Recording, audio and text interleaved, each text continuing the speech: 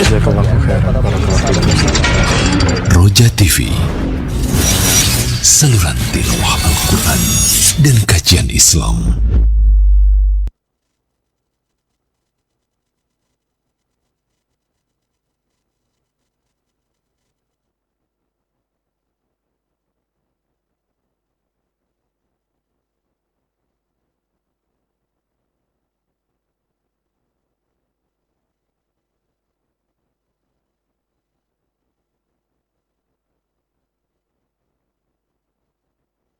Roja Bogor 100.1 FM, Radio Roja Majalengka 93.1 FM, Radio Roja Palu 101,8 FM, dan Radio Roja Bandung 104.3 FM.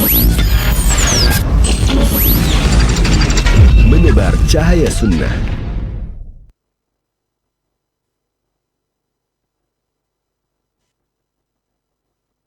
Alhamdulillah, nahmaduhu wa nasta'inuhu wa nastaghfiruh.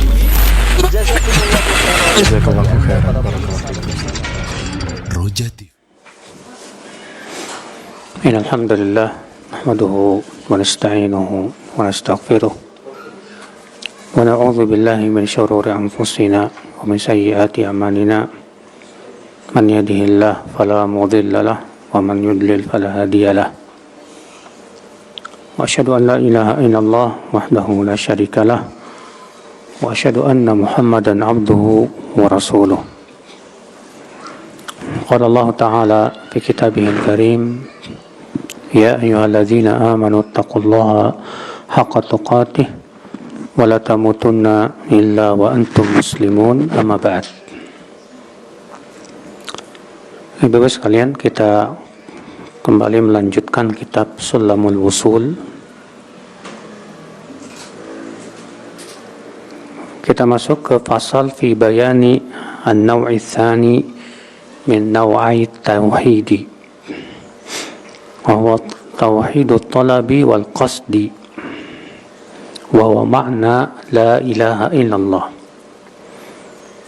Penjelasan tentang macam yang kedua dari dua macam tauhid, itu tauhid at-talab wal qasd. Tauhid yang berisi permintaan, wal qasd, dan niat, tujuan, yaitu tauhid uluhiyah yang terkandung dalam ucapan la ilaha illallah. Setelah kita membahas dua macam tauhid, yang pertama yaitu tauhid rububiyah dan tauhid asma was sifat, atau dikenal dengan istilah tauhidul ma'rifah wal itsbat, tauhid pengetahuan dan penetapan. Di mana tauhid al-ma'rifah wal itsbat ini maksudnya yaitu tauhid rububiyah dan tauhid asma was sifat. Sekarang yaitu tauhid at-talab wal qasd, yaitu tauhid uluhiyah. Kita masuk ke bait yang ke-79. Beliau berkata, hadza wa thani naw'i tauhidi ifradu rabbil arsy an-nadidi. Ini yang kedua dari dua macam tauhid, yaitu mengesahkan Rabbil Arsh, pemilik Arsh, yaitu Allah Subhanahu wa Ta'ala, An-Nadidi, dari tandingan.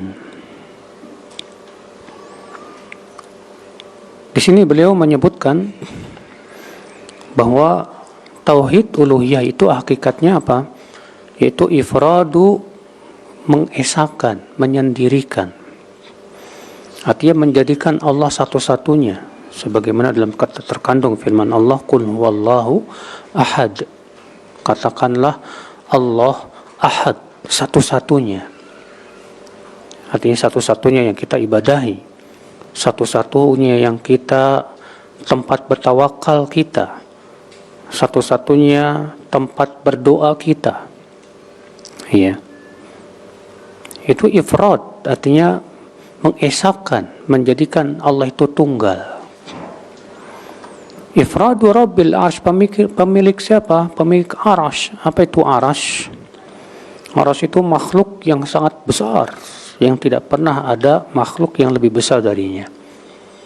Sebutkan dalam hadis, tidaklah 7 langit 7 bumi dibandingkan dengan kursi, kecuali seperti cincin dibandingkan dengan tanah lapang. Dan tidaklah kursi Allah dibandingkan dengan arasy-Nya kecuali seperti cincin dibandingkan dengan tanah lapang lagi. Arasy Allah Subhanahu wa taala dipikul oleh 4 malaikat. Disebut dengan malaikat hamalatul arasy. Yang disebutkan dalam hadis betapa besarnya malaikat pemikul arasy. Kata Rasulullah SAW, "Udzina li wa an uhadditsakum an hamalatil arsh ma baina syahmati udhunaihi ila atiqihi masirat 700 am." Aku diizinkan untuk menceritakan kepada kalian bagaimana besarnya malaikat pemikul arasy. Itu jarak antara daging telinganya sampai ke pundaknya saja 700 tahun perjalanan. Subhanallah. Dalam hadis yang lain Rasulullah SAW sabda, "Udzina li an uhadditsakum an dikin qad maraqat rijlahul ard." Aku diizinkan untuk menceritakan kepada kalian tentang seekor ayam jago yang kakinya menembus bumi. Wa ra'suhu munthanin tahtal arsh. Sementara kepalanya itu merunduk di bawah arasy. Lalu ayam jago ini berkata, "Subhanak ma a'zamaka ya Rabb." Maha suci engkau ya Allah, betapa besarnya dirimu. Kata Syekh Utsaimin rahimahullah, yang zahir ini salah satu malaikat pemikul arasy. Bayangkan, malaikat sangat besar sekali. Kata beliau, yaitu mengesahkan, menyendirikan Allah pemilik arasy. An-nadidi, dari tandingan. Apa itu tandingan? Yaitu yang sebanding dengan Allah. Menjadikan sesuatu sebagai tandingan, di mana kita beribadah kepada tandingan itu, di mana kita mencintai tandingan itu seperti mencintai Allah Subhanahu wa taala, di mana kita takut kepada tandingan itu seperti kita takutnya kepada Allah Subhanahu wa taala, di mana kita bertawakal kepada tandingan itu seperti tawakalnya kita kepada Allah Subhanahu wa taala. Sebagaimana Allah berfirman, "Wa minan nasi man yattakhidhu min dunillah andada yuhibbunahum ka hubbillah." Di antara manusia ada yang menjadikan tandingan-tandingan selain Allah. Mereka mencintai tandingan itu seperti mencintai Allah. Perhatikan baik-baik ibu-ibu sekalian. Di situ Allah Subhanahu wa taala menyebutkan tentang bagaimana seseorang itu menjadikan tandingan selain Allah. Di antaranya yaitu mencintai sesuatu seperti mencintai Allah. Mencintai Allah itu gimana, Bu? Mencintai Allah itu yaitu cinta yang disertai dengan pengagungan. Mencintai Allah itu melebihi segala-galanya. Nah, kalau cinta kita kepada sesuatu seperti kita mencintai Allah, berarti kita sudah menjadikan bagi Allah tandingan dalam cinta. Demikian pula dalam takut. Kalau kita takut kepada sesuatu seperti takutnya kita kepada Allah, berarti kita sudah menjadikan tandingan untuk Allah Subhanahu wa taala. Demikian pula dalam berharap. Kalau kita berharap kepada sesuatu seperti berharapnya kita kepada Allah, berarti kita sudah menjadikan tandingan selain Allah Subhanahu wa taala. Ya. Ibu-ibu sekalian. Berarti hakikat tauhid uluhiyah itu apa? Yaitu menjadikan Allah satu-satunya. Dan kita mengingkari untuk menjadikan tandingan selain Allah Subhanahu wa taala. Kemudian kita masuk ke poin 80. Kata beliau, an na'budallaha ilahan wahida mu'tarifan bihaqqihi la jahida, yaitu kita hanya beribadah kepada Allah saja sebagai satu ilah. Beliau menyebutkan bahwa tauhid uluhiyah ini berhubungan dengan ibadah, dengan seluruh macam-macamnya, baik ibadah hati, ibadah lisan, ibadah anggota badan, itu hanya untuk Allah Subhanahu wa taala. Ibadah hati contohnya apa? Banyak. Tadi sudah kita sebutkan sebagiannya, ya. Ibadah hati contohnya cinta, takut, berharap, tawakal, ya. Itu namanya ibadah hati. Maka ibadah hati ini hanya untuk Allah Subhanahu wa taala. Ibadah lisan contohnya apa? Zikir, baca Quran, ya, beramal ma'ruf nahi mungkar. Ibadah anggota badan contohnya apa? Salat, ya, berhaji, berpuasa. Semua macam ibadah ini hanya untuk Allah Subhanahu wa taala.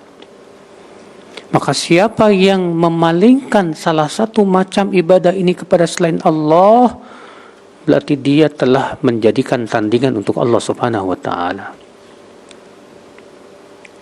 Ibu-ibu sekalian, ya, ikhwatal Islam, saudaraku seiman. Jadi ini pahami betul tentang hakikat tauhidul uluhiyah, dan tauhid inilah, ibu-ibu sekalian, ya, yang menjadi dakwah para nabi dan rasul. Para nabi dan rasul, sebagaimana sudah pernah kita sebutkan, ya, mereka berdakwah kepada tauhid ini. Kenapa mereka tidak berdakwah kepada tauhid rububiyah? Karena tauhid rububiyah itu sudah menjadi fitrah manusia.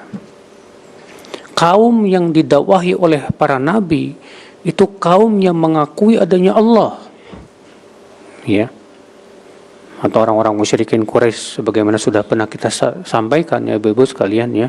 Orang-orang musyrikin Quraisy itu kalau ditanya siapa yang menciptakan langit dan bumi, mereka akan menjawab Allah Subhanahu wa taala.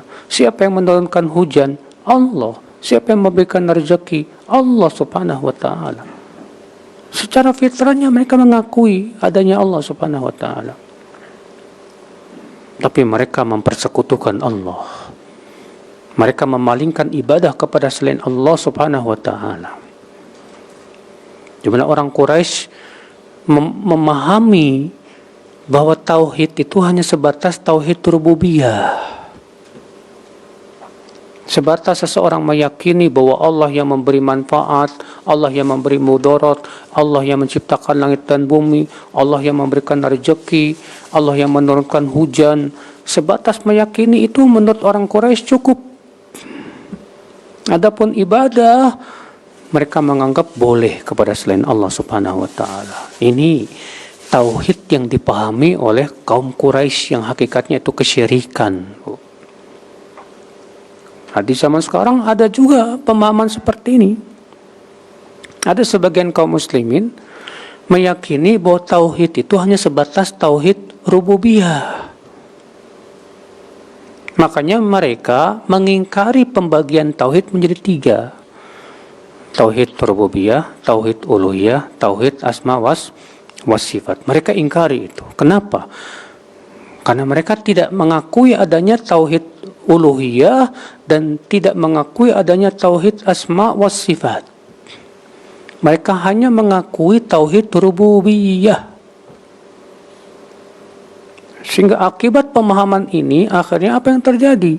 Mereka memalingkan ibadah kepada selain Allah. Mereka berdoa ke mayat yang ada di kuburan, yang mereka klaim katanya itu wali. Ya. Bahkan menurut mereka berdoa kepada wali itu ya sama dengan berdoa kepada Allah. Kenapa katanya? Karena wali itu sudah bersatu dengan Allah. Ya. Kata Ibnu Hajar, siapa yang punya keyakinan seperti ini zindik dia. Yaitu bersatunya Allah dengan makhluk. Ini jelas ibu-ibu keyakinan yang sangat menyesatkan sekali. Ya. Ibu-ibu sekalian. Nah, Ahlussunnah wal Jamaah meyakini bahwa tauhid yang memilah antara seorang itu menjadi muslim atau kafir itu tauhid uluhiyah, bukan tauhid rububiyah.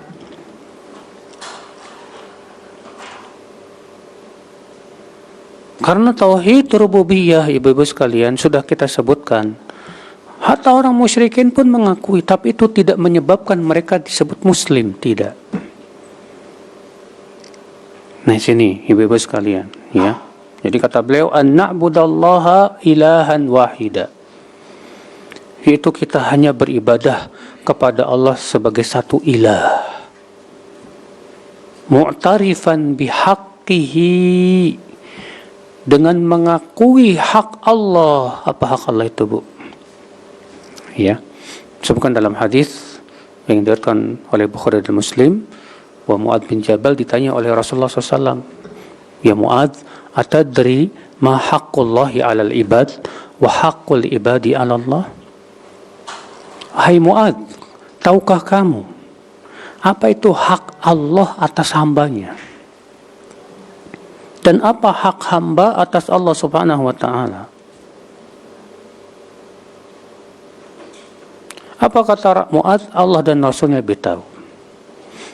Apa kata Rasulullah SAW? Haqqullahi 'alal ibad an ya'buduh wa la yusyriku bihi syai'a. Hak Allah atas hambanya yaitu agar mereka beribadah kepada Allah saja dan tidak mempersekutukan Allah dengan apapun. Ya. Itu hak Allah atas hamba-hambanya. Dan hak hamba atas Allah, alla yu'adzib man la yusyrik bihi syai'a. Bahwa Allah tidak akan mengadab hambanya yang tidak mempersekutukan Allah dengan apapun. Ini hak Allah, Bu, yang harus kita pahami. Dan ini hak Allah yang paling besar. Dalam riwayat Muslim, Allah berfirman kepada penduduk neraka yang paling ringan siksanya. Apa kata Allah? Ya. Ara'aita law kanat lakad dunya wa ma fiha? Bagaimana pendapatmu kalau kamu memiliki dunia dan seisinya? Akunta muftadiyan biha? Apakah kamu akan menebus dirimu dari api neraka? Maka si hamba berkata, "Na'am ya Rabb, iya ya Allah."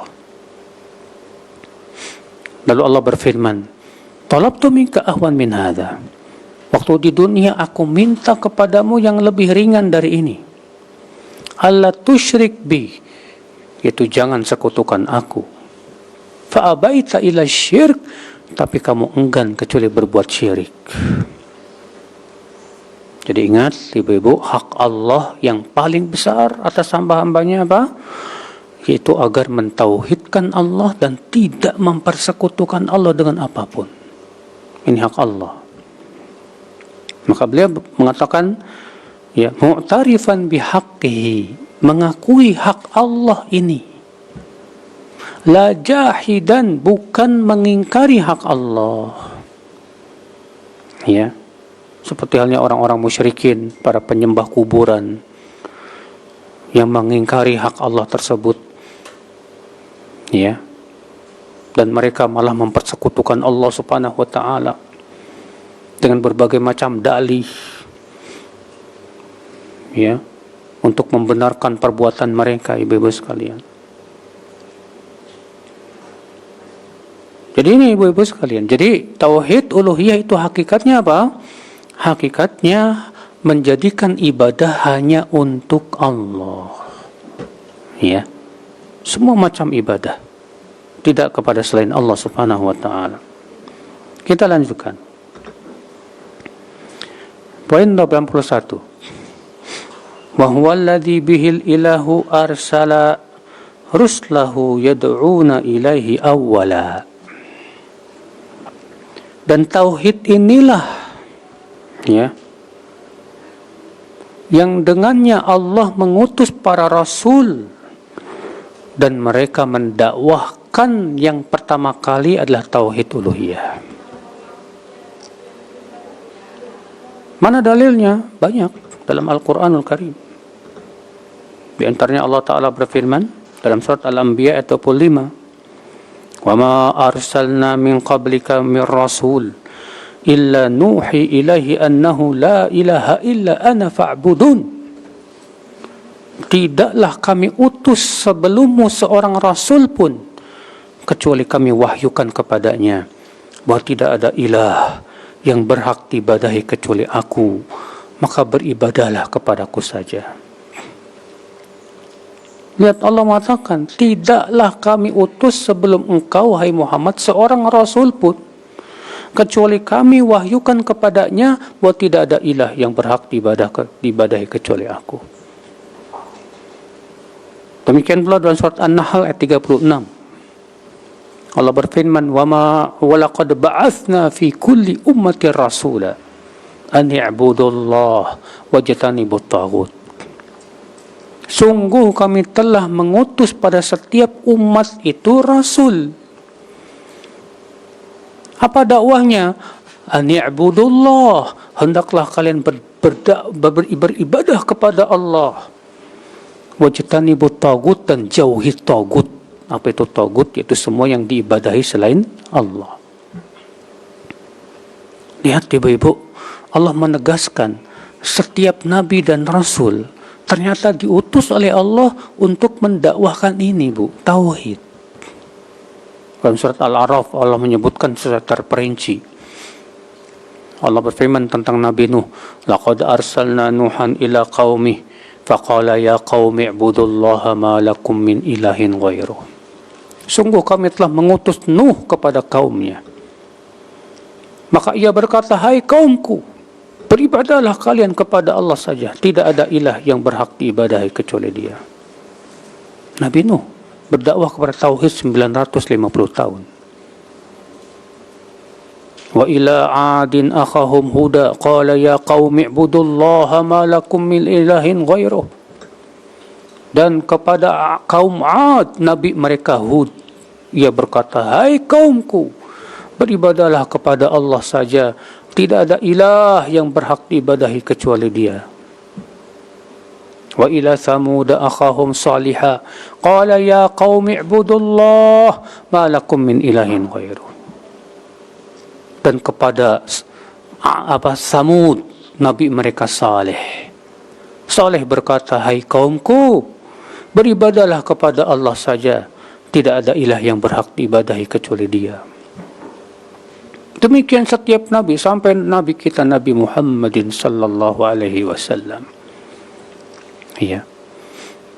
Lihat ibu-ibu, baca oleh ibu kisah Nabi Ibrahim mendakwahi kaumnya, menetapkan bahwasanya yang berhak diibadahi hanyalah Allah Subhanahu wa taala.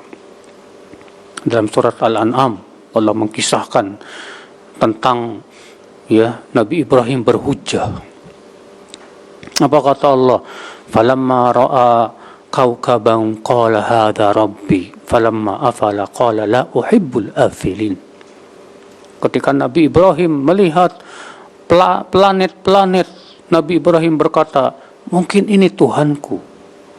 Ketika bintang-bintang itu telah hilang, Nabi Ibrahim berkata, "Aku tidak suka sesuatu yang hilang." Falamma ra'al qamar, ketika Nabi Ibrahim melihat bulan, Nabi Ibrahim berkata, "Hadza rabbi, ini Tuhanku."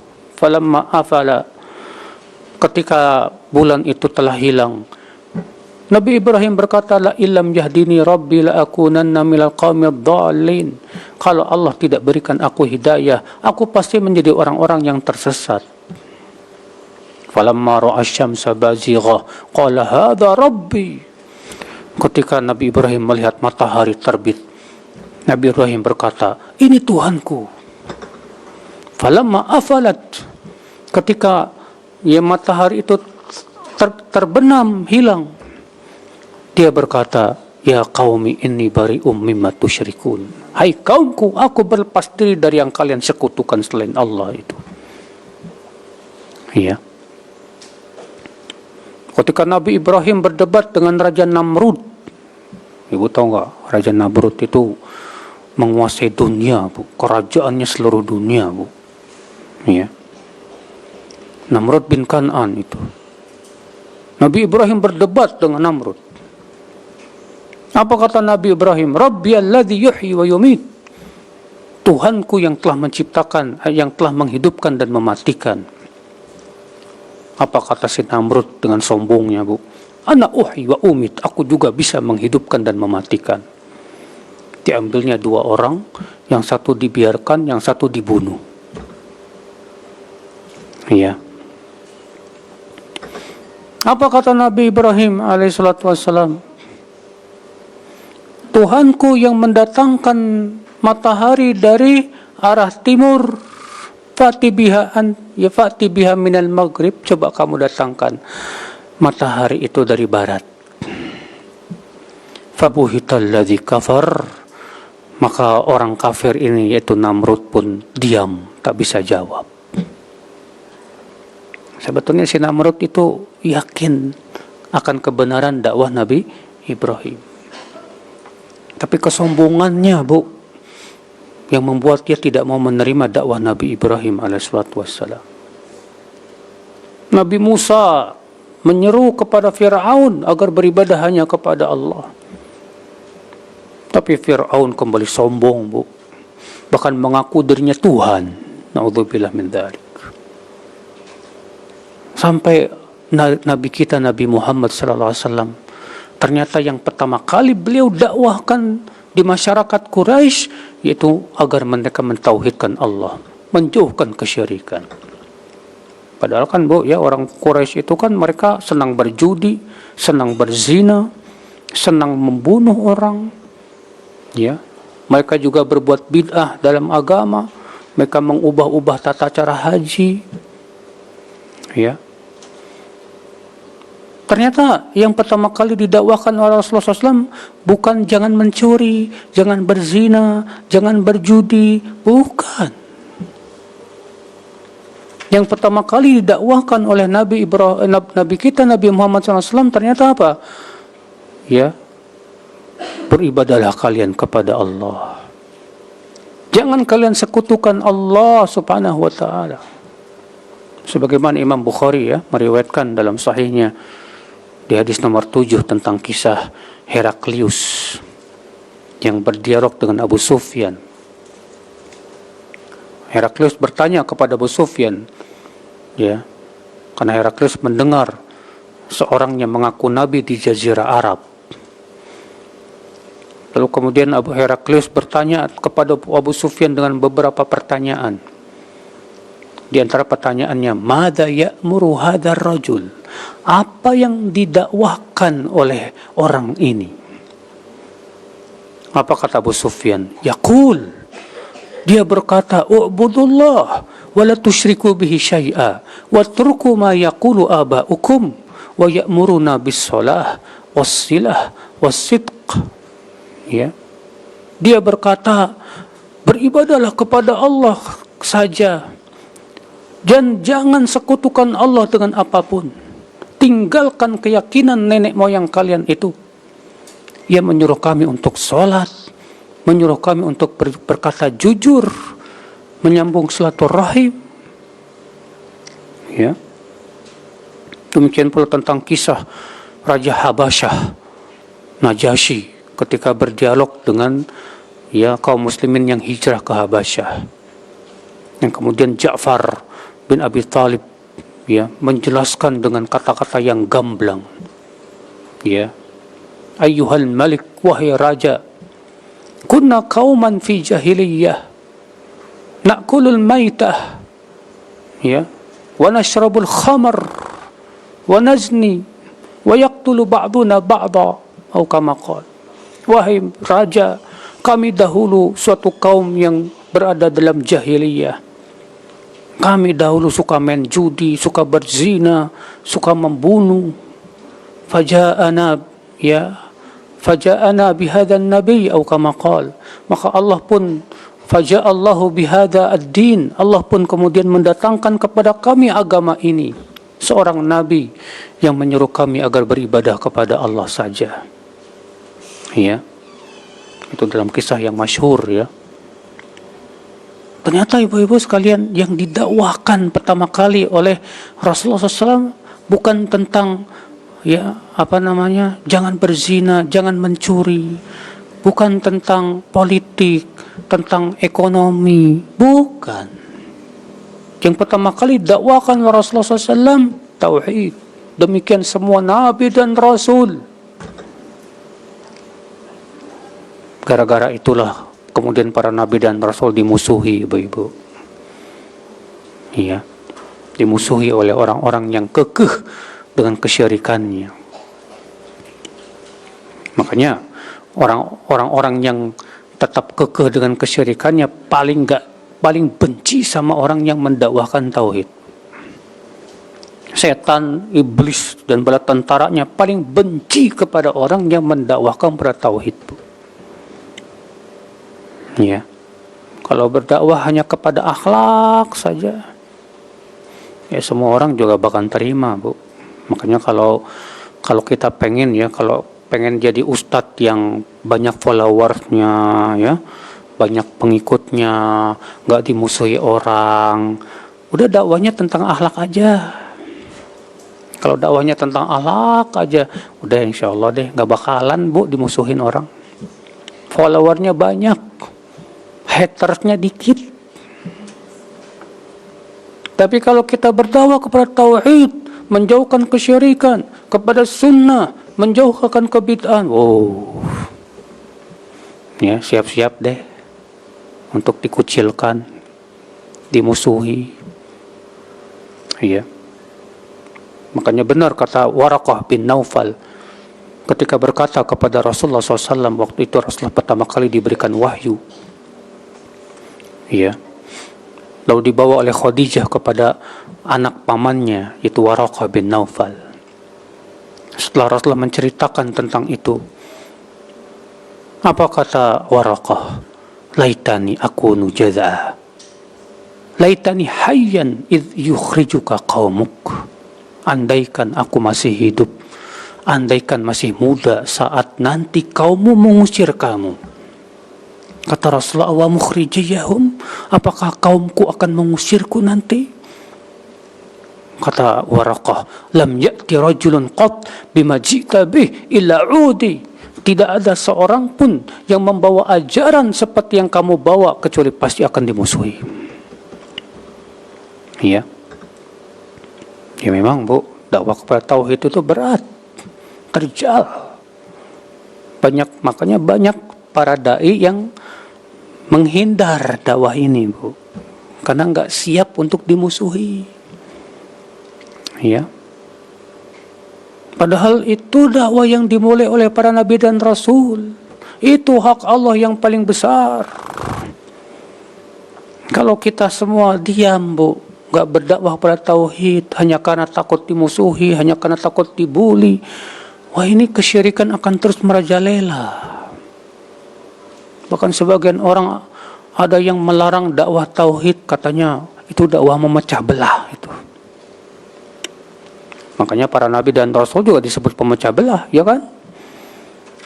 Rasulullah SAW dituduh apa, Bu? Tuduh dukun.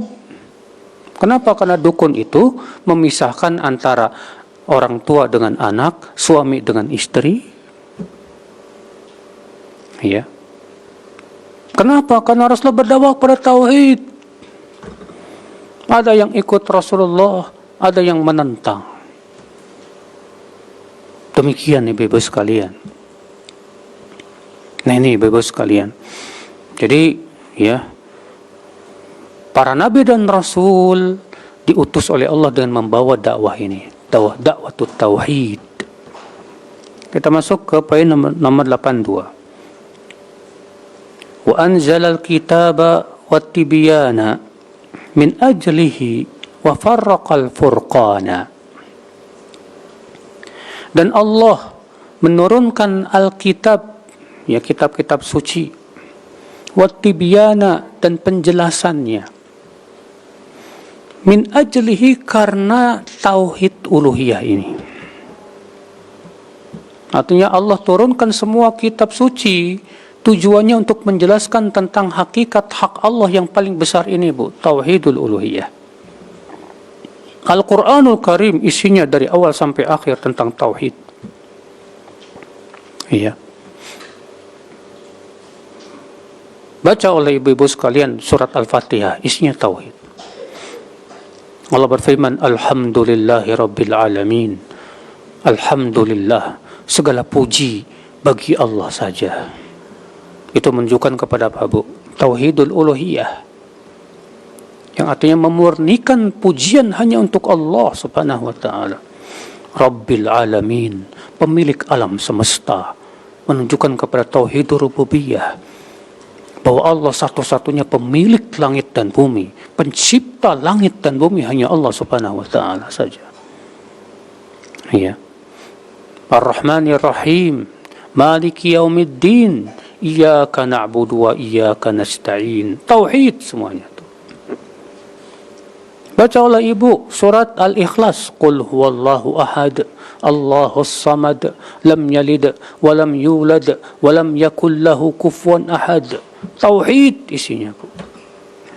Baca oleh ibu ayat kursi, Allahu la ilaha illa huwal hayyul qayyum. Allah yang tidak ada ilah yang berhak diibadahi kecuali Dia saja. Dia yang maha hidup lagi maha qayyum, yang bersendirian dalam mengurus hamba-hambanya, makhluk-makhluknya. Ya. Semuanya Al-Quran ini tauhid. Perintah salat itu tauhid. Semua yang berhubungan hukum-hukum itu hakikatnya adalah ibadah hanya untuk Allah subhanahu wa ta'ala. Cerita tentang para nabi, cerita tentang dakwah tauhid. Allah menyebutkan tentang surga, itu balasan bagi orang yang mentauhidkan Allah. Allah menceritakan tentang dahsyatnya neraka, itu balasan untuk orang-orang yang mempersekutukan Allah subhanahu wa ta'ala dan memaksiatinya. Ya. Jadi semua ibu Al-Quran tentang tauhid. Ya. Wa farraqal furqana, dan Allah pun kemudian memisahkan antara yang hak dengan yang batil, antara tauhid dengan syirik, antara sunnah dengan bid'ah. Ya, tidak mungkin dan tidak boleh dicampur tauhid dengan syirik, nggak mungkin. Tidak bisa, Bu, tauhid bercampur dengan syirik, nggak bisa. Karena tauhid itu hakikatnya mengesahkan Allah satu-satunya, sedangkan syirik artinya mempersekutukan Allah. Bagaimana akan dicampur? Bagaimana akan disatukan antara tauhid dengan syirik? Abadan, tidak mungkin. Ya. Makanya Al-Quran disebut dengan Furqan, pembeda.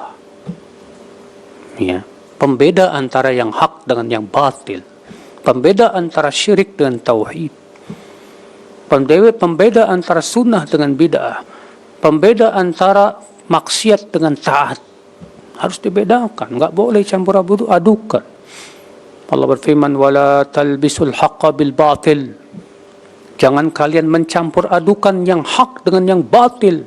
Fataktumul haqqa, niscaya kalian akan menyembunyikan kebenaran. Artinya, Bu, kalau kebenaran dan kebatilan itu dicampur adukan, maka yang tertutup itu kebenaran. Ya. Makanya Allah melarang. Dakwah kita itu harus jelas. Tauhid, syirik. Nggak boleh abu-abu dakwah itu. Jelas, tegas. Sampaikan yang hak sebagai kebenaran dengan dalil-dalilnya. Ya, kebatilan sebagai sebuah kebatilan. Ya, kalau kita berdakwahnya ya abu-abu, orang jadi nggak paham mana tauhid mana syirik, bagaimana akan tegak agama ini, ibu-ibu sekalian? Bagaimana hak Allah akan bisa ditegakkan kepada manusia? Tak bisa. Nah, ini ibu-ibu sekalian. Jadi ibu-ibu ya, ternyata semua kitab suci Allah turunkan untuk menjelaskan tentang tauhid. Poin 83.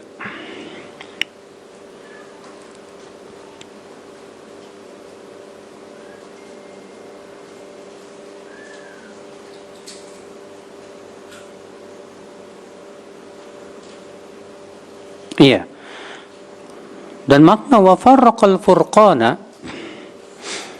dan membedakan, memilah, itu ya mempunyai makna juga, artinya menjadikan Al-Quran itu turunnya berangsur-angsur. Sebagaimana Allah berfirman, wa Qur'anan faraqnahu litaqra'ahu 'alan nasi 'ala mukth. Dan kami jadikan Al-Quran itu turunnya berangsur-angsur agar kamu membacakannya kepada manusia. Ya. Kenapa Al-Quran itu, Bu, diturunkan berangsur-angsur, tidak sekaligus? Allah menyebutkan dalam ayat yang lain tentang hikmahnya, Bu. Allah berfirman, wa qala alladhina kafaru laula unzila al-Qur'anu jumlatan wahidah. Berkatalah orang-orang kafir itu, kenapa sih Al-Quran tidak diturunkan sekaligus? Ya.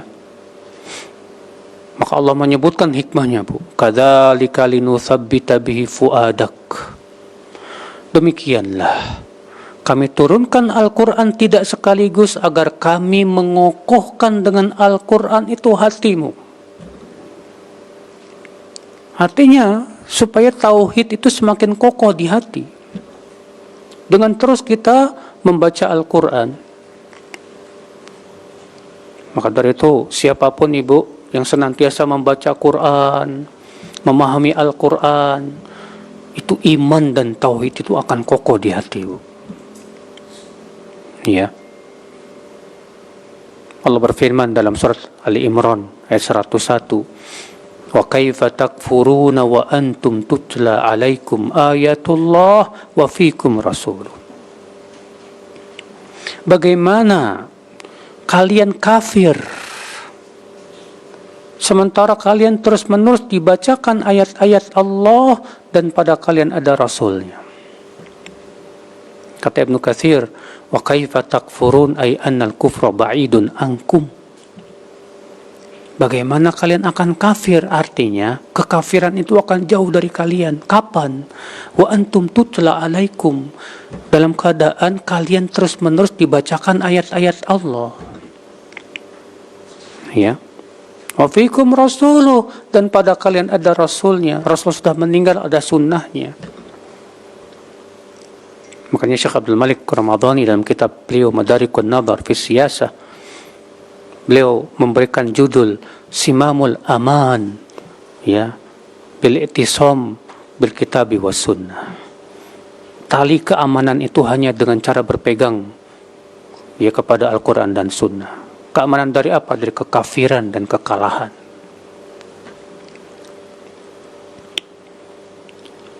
Baik, kita masuk ke poin 83. Wa kallafallahu ar-rasul al-mujtaba qitala man anhu tawalla wa aba. Dan Allah telah memerintahkan Rasul yang terpilih, yaitu Rasulullah SAW, untuk memerangi orang yang ya berpaling dari tauhid ini dan enggan untuk menerima tauhid ini. Maksudnya yaitu mengisyaratkan kepada hadis Nabi SAW, umirtu an uqatilan nas hatta yashhadu an la ilaha illallah wa anni rasulullah wa yuqimus salah wa yu'tuz zakah fa idza fa'alu dzalika asamu minni dima'ahum wa amwalahum illa bihaqqil Islam.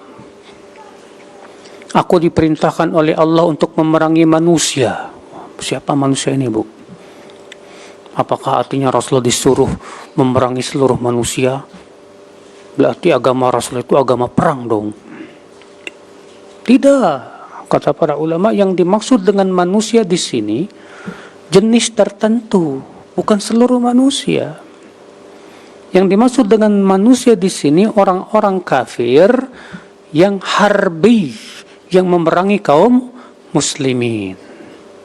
Adapun orang kafir yang tidak harbi, yang tidak memerangi kaum muslimin, tidak boleh diperangi. Sebagaimana Allah mengatakan dalam surat Al-Mumtahanah, la yanhakumullah 'anil ladina lam yuqatilukum fid din wa lam yukhrijukum min diyarikum an tabarruhum wa tuqsitu ilaihim innallaha yuhibbul muqsitin. Allah tidak melarang kalian terhadap orang kafir yang tidak memerangi kalian untuk kalian berbuat baik kepada mereka dan bersikap adil kepada mereka. Sesungguhnya Allah cinta kepada orang yang bersikap adil.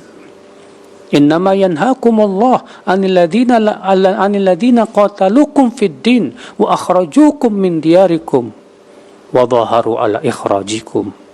Yang Allah larang itu adalah untuk kalian berbuat baik kepada orang kafir yang terang-terangan mengusir kalian, memerangi kalian, dan membantu ya untuk pengusiran kalian itu.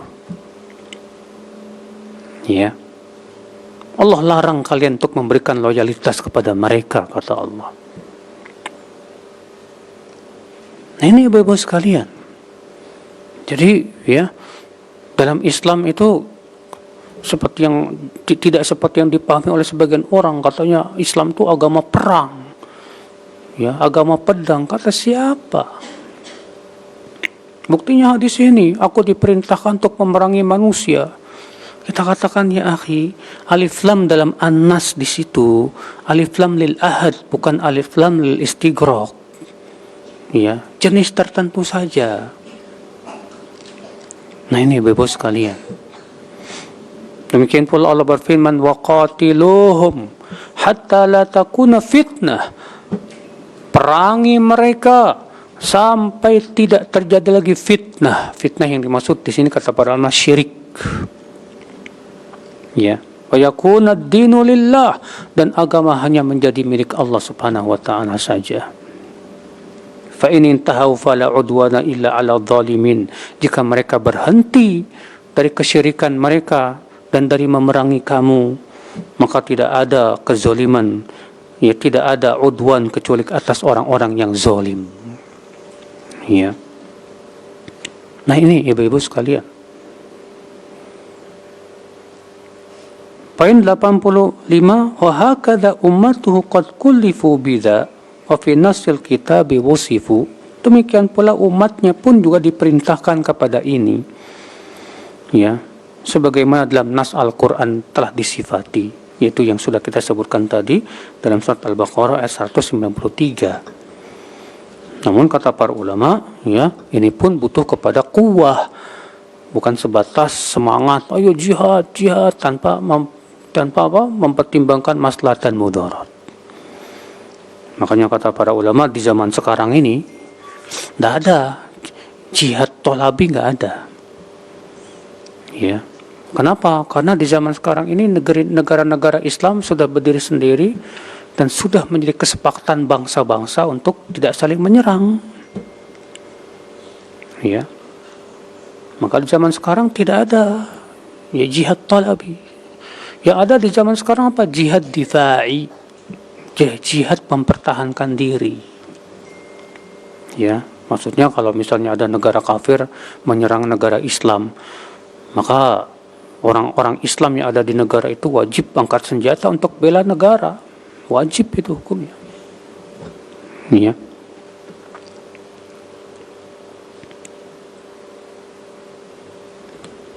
Kita masuk ke poin 86.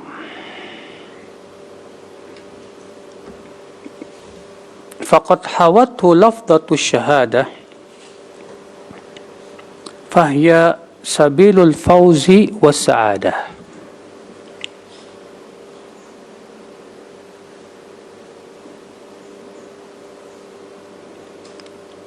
Faqad hawathu, dan sungguh mencakupnya, itu mencakup makna daripada la ilaha, tauhid uluhiyah ini, Lafzatus syahadah, yaitu lafaz syahadat. Apa lafaz syahadat, Bu? Itu asyhadu an la ilaha illallah. Karena la ilaha illallah itu, Bu, menunjukkan kepada tauhid apa? Tauhid uluhiyah. Ya. Fahiya sabilul fauzi was sa'adah. Maka ia, yaitu syahadat la ilaha illallah Muhammadur Rasulullah, adalah jalan kesuksesan dan kebahagiaan. Artinya siapapun yang bersyahadat asyhadu an la ilaha illallah, aku bersaksi bahwa tidak ada ilah yang berhak diibadahi kecuali Allah saja. Wa asyhadu anna Muhammadar Rasulullah, dan aku bersaksi bahwa Muhammad itu adalah utusan Allah. Berarti dia sudah mendapatkan apa, Bu? Jaminan keamanan, kesuksesan dan kebahagiaan. Sebagaimana Allah berfirman, alladzina amanu wa lam yalbisu imanahum bidzulmin ulaika lahumul amnu wa hum muhtadun. Dan orang-orang yang beriman dan tidak mencampuri iman mereka dengan kezoliman. Zolim yang dimaksud di sini kata Rasulullah syirik.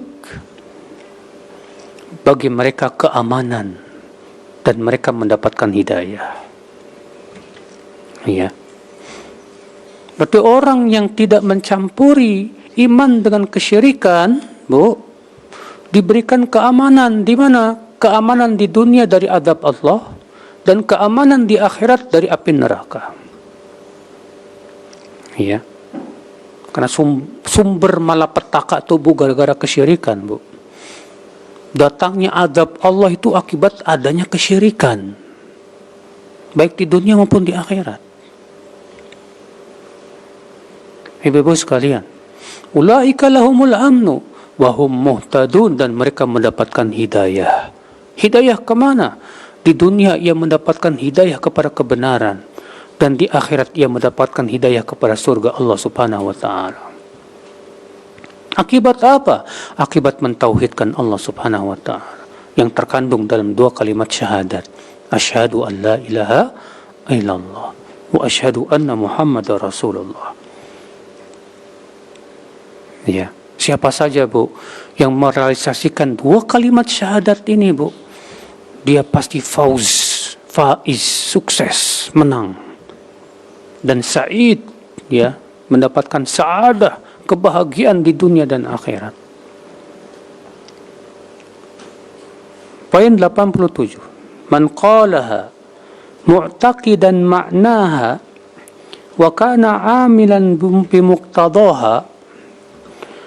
88. Fil qawli wal fi'li wa mata mu'minan yub'atsu yaumal hasyri najin amina. Siapa yang mengucapkan syahadat la ilaha illallah dengan meyakini maknanya. Apa maknanya? La ma'budu bihaqqin illallah. Tidak ada yang berhak diibadahi kecuali siapa? Allah. Ya.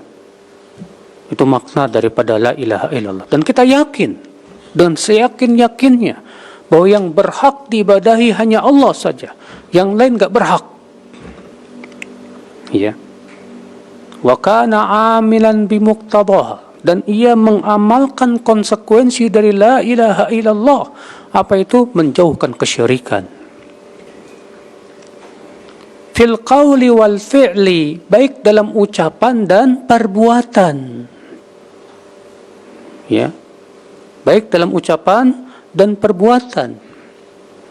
Wa mata mu'minan, dan ia meninggal dalam keadaan mukmin, yub'atsu yaumal hasyri najin amina. Maka pada hari kiamat dibangkitkan dalam keadaan selamat dan aman. Ya.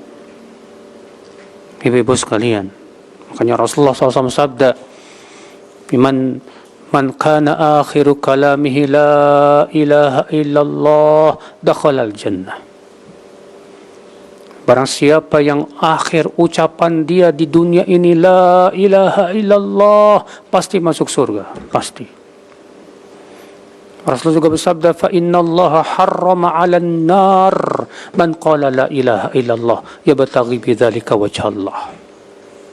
Sesungguhnya Allah mengharamkan atas api neraka orang yang mengucapkan la ilaha illallah karena hanya mengharapkan wajah Allah semata. Ya. Lihat ibu-ibu sekalian. Jadi siapapun ibu yang mati di atas la ilaha illallah dalam keadaan dia mengucapkannya penuh keyakinan dan ia mengamalkan konsekuensi dari kalimat la ilaha illallah, yaitu yang hakikatnya mentauhidkan Allah dan menjauhkan kesyirikan, dan ia mati di atas itu, selamat Bu, alhamdulillah. Dan ini cita-cita kita semua Bu, keinginan kita semua mati di atas tauhid Bu. Jangan sampai kita mati di atas syirik Bu. Sebab kalau kita mati di atas kesyirikan, wallahi itu musibah terbesar yang menimpa seorang hamba. Karena Allah berfirman, innahu man yusyrik billah faqad harramallahu alaihil jannah. Ya, sesungguhnya orang yang mempersekutukan Allah itu Allah haramkan ya surga atas dia. Naudzubillah min dzalik. Kita takut, makanya jangan sampai kita merasa aman dari syirik. Ya, selalu kita khawatir Bu, jangan sampai kita jatuh kepada kesyirikan baik dalam ucapan maupun perbuatan. Jangan sampai kita mengucapkan kata-kata yang berbau kesyirikan. Dan jangan sampai kita melakukan perbuatan yang jelas itu kesyirikan. Berarti kewajiban kita pelajari tentang hakikat tauhid dan syirik itu. Daripada makna la ilaha illallah. Ya, konsekuensi la ilaha illallah, pelajari betul. Sungguh musibah Bu kalau ada orang yang kalau belajar ilmu dunia semangat tapi belajar ilmu tauhid nggak semangat. Ada lagi orang yang belajar ilmu tajwid ya, semangat banget sampai kemana-mana belajar tajwid Bu, tapi tauhid nggak paham. Musibah besar seperti itu Bu. Ada yang semangat belajar bahasa Arab tapi belajar tentang masalah tauhid dan syirik, ya tidak ada semangat. La haula wala quwata illa billah. Ini orang tertipu. Seharusnya yang pertama kali kita pelajari tentang ilmu yang ini dulu, tauhid dan bahaya syirik. Pelajari itu dulu supaya kita selamat ibu-ibu sekalian. Setelah kita paham tentang tauhid, tentang syirik, baru kita belajar tentang yang lainnya. Nah ini ibu-ibu sekalian, ya kata beliau. Dan insya Allah kita akan lanjutkan pada poin 89 pada pertemuan yang akan datang. Bagi yang ingin bertanya dipersilahkan. Nah. Assalamualaikum, syukran wa jazakumullahu khairan kepada Ustaz yang telah memberikan faedah-faedahnya pada hari ini. Selanjutnya mari kita berikan kesempatan kepada ibu-ibu yang punya pertanyaan bisa ditulis dan diantarkan ke depan.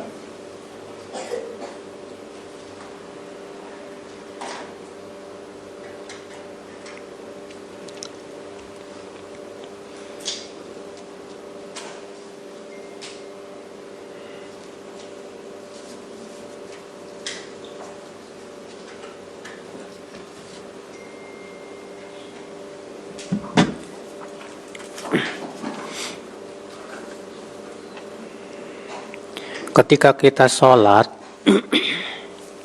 lalu membaca ayat, apakah perlu baca bismillah? Enggak. Kalau baca ayat di tengah-tengah, karena fungsi bismillah, bismillahirrahmanirrahim itu untuk membedakan satu surat dengan surat yang lainnya. Itu fungsi daripada bismillahirrahmanirrahim. Adapun kalau kita memulainya dari tengah, cukup ta'awudz saja. Sebagaimana Allah berfirman, فَإِذَا قَرَأْتَ الْقُرْآنَ فَاسْتَعِذْ بِاللَّهِ مِنَ الشَّيْطَانِ الرَّجِيمِ. Apabila kamu hendak membaca Al-Quran, maka ta'awudlah, mintalah perlindungan kepada Allah dari godaan setan yang terkutuk. Ya.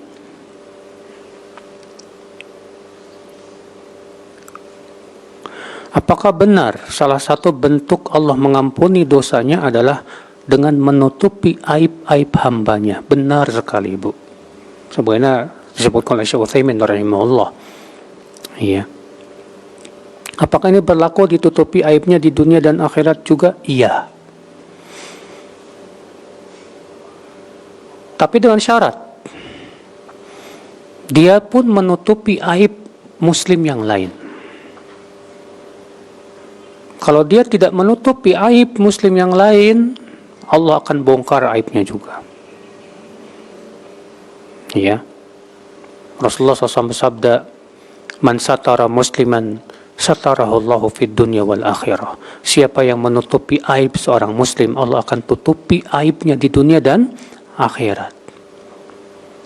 Rasul juga bersabda, "Ya ayyuhalladzina amanu bilisanihi wa lam yu'min biqalbihi la tattabi'u awratil muslimin fa innahu man tatabba'a awratahum tatabba'a Allahu awratah wa man tatabba'a Allahu awratah yafdahuhu walau fi jawfi baitih," kata Rasulullah SAW. Hai orang-orang yang beriman dengan lisannya tapi tidak beriman dengan hatinya, jangan kamu cari-cari aurat kaum muslimin, aib kaum muslimin.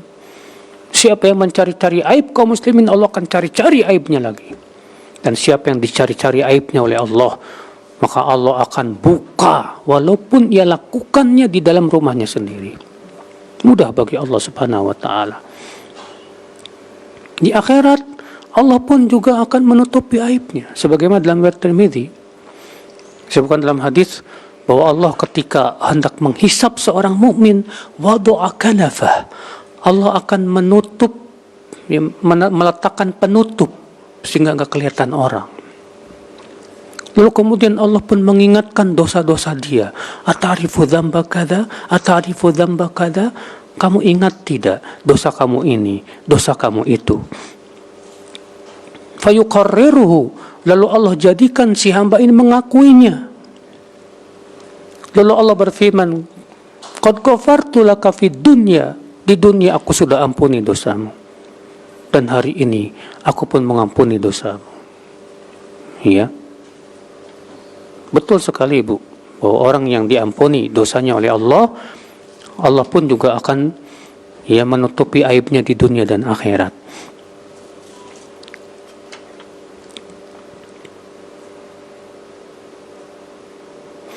Apakah jika seseorang kena musibah ujian lalu tidak sabar, menunjukkan tauhid uluhiyahnya menyimpang? Tidak, Bu, tapi lemah tauhidnya. Kalau menyimpang itu artinya keluar dari rel tauhid uluhiyah, berarti syirik. Kalau ini enggak sabar, berarti menunjukkan kelemahan iman. Ya. Menunjukkan kelemahan iman. Nah, ketika dia tidak sabarnya itu malah jatuh kepada syirik, baru menyimpang dari rel tauhid uluhiyah. Ada orang misalnya ya, ketika dia kena musibah, ujian, dia berdoa sama Allah kok nggak dikabul-kabulin. Akhirnya nggak sabar. Akhirnya apa? Datang ke dukun. Ya. Datang ke kuburan. Wah, itu musibah besar, ibu-ibu sekalian. Ya. Maka ibu, tauhid itu ya, semakin kuat di hati seorang hamba, semakin kuat juga kesabarannya. Semakin lemah tauhid seorang hamba, semakin lemah juga kesabarannya, Bu. Makanya ya, memperkuat kesabaran itu tiada lain dengan cara apa? Mentauhidkan Allah, memperkuat tauhid kita kepada Allah Subhanahu wa taala, ibu-ibu sekalian. Ya, sambil kita bertaqarrub kepada Allah, sambil kita memohon kepada Allah Subhanahu wa taala agar diberikan kesabaran. Faktor apa saja yang melatar belakangi terjadinya penyimpangan tauhid? Banyak faktor, Bu. Faktor yang pertama, jahil, kebodohan terhadap tauhid. Ya. Faktor yang kedua, syubhat, yang dihembuskan oleh ya orang-orang yang berbuat syirik, yang dihembuskan oleh setan dan bala tentaranya untuk membenarkan kesyirikan dengan berbagai macam dalih. Ya. Yang ketiga, ibu-ibu sekalian, faktor teman-teman, salah berteman. Akhirnya terjadi penyimpangan tauhid gara-gara kita salah berteman. Tapi yang paling besar tadi yang pertama dan yang kedua.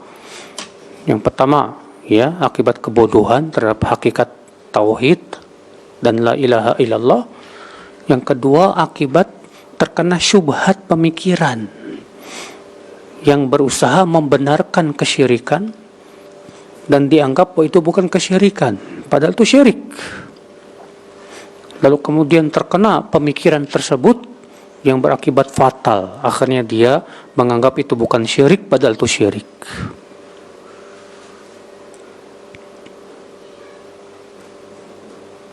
Jika wanita haid tidak bisa sholat malam, apakah tetap dianjurkan bangun malam, Ustadz, untuk berdoa, beristighfar pada sepertiga malam terakhir? Sebaiknya begitu, Bu. Kenapa? Karena di sepertiga malam terakhir itu, kata Rasulullah SAW, Allah turun ke langit dunia. Lalu Allah berfirman, Man yastaghfiruni fa'aghfirulah, Man yad'uni fa'astajibalah, Man yas'aluni fa'u'tiyah. Siapa yang minta ampun kepadaku di saat ini, aku pasti ampuni. Siapa yang berdoa kepadaku di saat ini, pasti aku ijabah doanya. Siapa yang minta kepadaku, pasti aku beri. Berarti itu waktu yang sangat mustajab, Ibu. Ya. Allah berfirman dalam surat Al-Muzammil, Inna nasyi'atal laili hiya ashaddu wata'a. Sesungguhnya ibadah di waktu malam itu adalah yang paling mengokohkan hati, Bu. Ya. Dan ibadah di waktu malam gak hanya sholat. Wanita haid bisa zikir, boleh. Wanita haid zikir boleh, gak masalah. Ya. Istighfar, berdoa. Wanita haid boleh. Membaca kitab tafsir boleh. Ibadah-ibadah yang baik itu.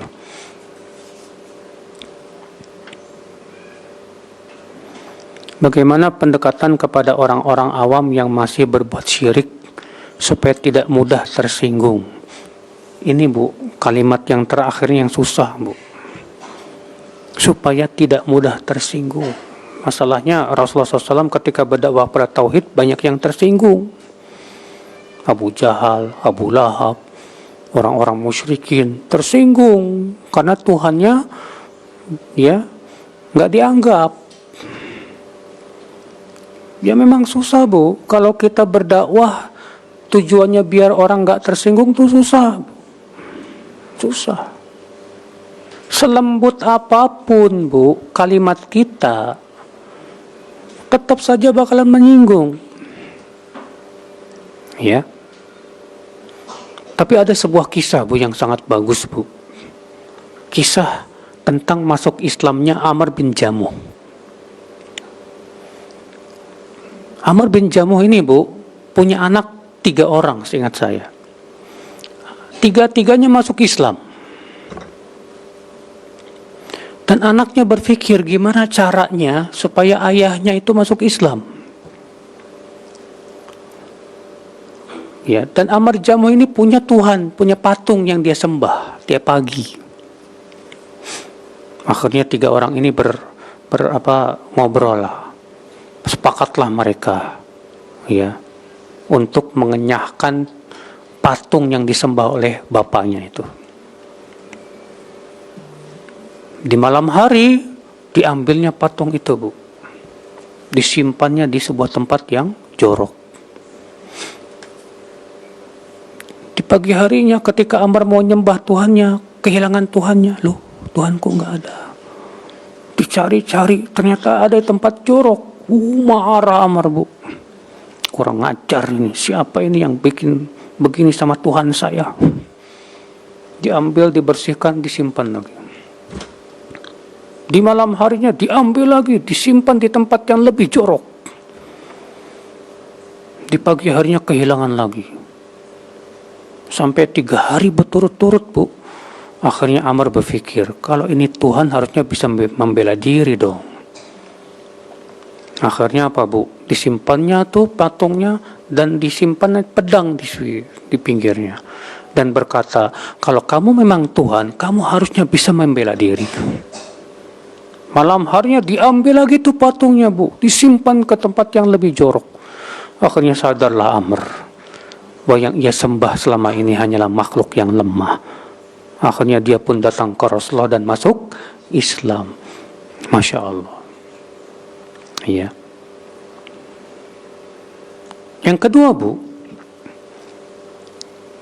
terkadang banyak orang yang berbuat syirik di zaman sekarang ini, Bu, karena ada jenis kesyirikan dalam rububiyah. Makanya kata para ulama, syirik dalam rububiyah itu pintu menuju syirik dalam uluhiyah. Berarti yang harus kita pahamkan kepada teman ibu yang masih berbuat syirik, apa, Bu? Pahamkan dulu tauhid rububiyah yang benar. Contohnya, tanya kepada dia, ya, yang mengijabah doa siapa? Ya, yang bisa mengijabah doa hanya Allah, pahamkan kepada dia. Yang bisa memberikan manfaat dan menolak mudarat hanya Allah, pahamkan pada dia. Ya. Kalau dia masih bakar sesajen misalnya, tanya kepada dia, sesajen buat apa, Mas? Ya buat inilah supaya kita gak terkena bala lah. Tanya kepada dia, yang bisa menolak bala itu siapa? Hanya Allah Subhanahu wa taala. Pahamkan kepada dia. Ya. Kalau dia masih sedekah bumi misalnya, Bu, tanya kepada dia, siapa pemilik bumi? Yang menciptakan bumi siapa? Secara fitrah dia akan jawab apa? Allah. Oke. Apakah Allah pernah memerintahkan kita untuk bersedekah kepada bumi? Ingatkan kepada dia bahwa bumi ini barokah. Terdapat di dalamnya kekayaan yang luar biasa. Jadi ngapain kita sedekah buat bumi? Sedekah buat fakir miskin. Ya. Nah ini, Bu, pahamkan ini. Mereka-mereka yang berbuat syirik itu ya tadi. Karena mereka tidak pernah belajar tentang tauhid. Jauh dari kajian tauhid. Nggak pernah paham. Kasihan. Ya. Bilang kepada dia, siapa yang menciptakan langit? Allah. Siapa yang menciptakan bumi? Allah. Gunung-gunung siapa yang menciptakan? Allah. Berarti gunung milik Allah kan? Iya. Terus yang kalian bikin itu sesajen buat siapa? Kalian sembelih unta, sembelih kambing itu, ayam. Kambing yang menciptakan siapa? Allah. Ayam yang menciptakan siapa? Allah. Terus kamu persembahkan untuk selain Allah?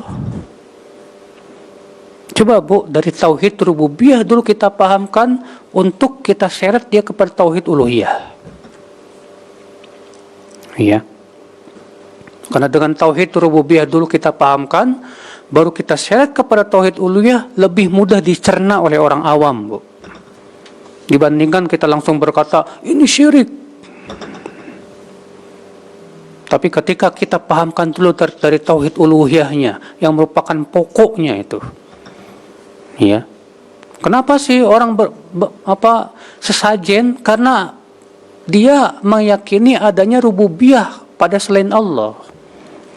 Bahwa sesajen ini bisa menolak bala. Sesajen ini ya bisa mendatangkan manfaat. Berarti itu kan syirik dalam rububiyah. Pahamkan kepada dia bahwa yang bisa memberikan manfaat, menolak bala hanya Allah. Ya. Pahamkan kepada dia yang kamu persembahkan itu milik Allah semua itu. Kenapa kamu persembahkan kepada selain Allah? Nah ini, Bu, makanya ya sebagaimana sudah disebutkan oleh para ulama bahwa kenapa orang itu jatuh kepada syirik dalam uluhiyah? Karena mereka jatuh kepada syirik dalam rububiyah dulu biasanya. Iya.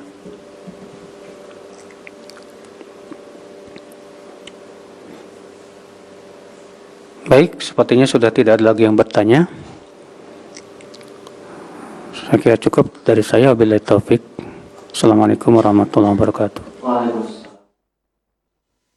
Simak Radio Roja Bogor 100.1 FM.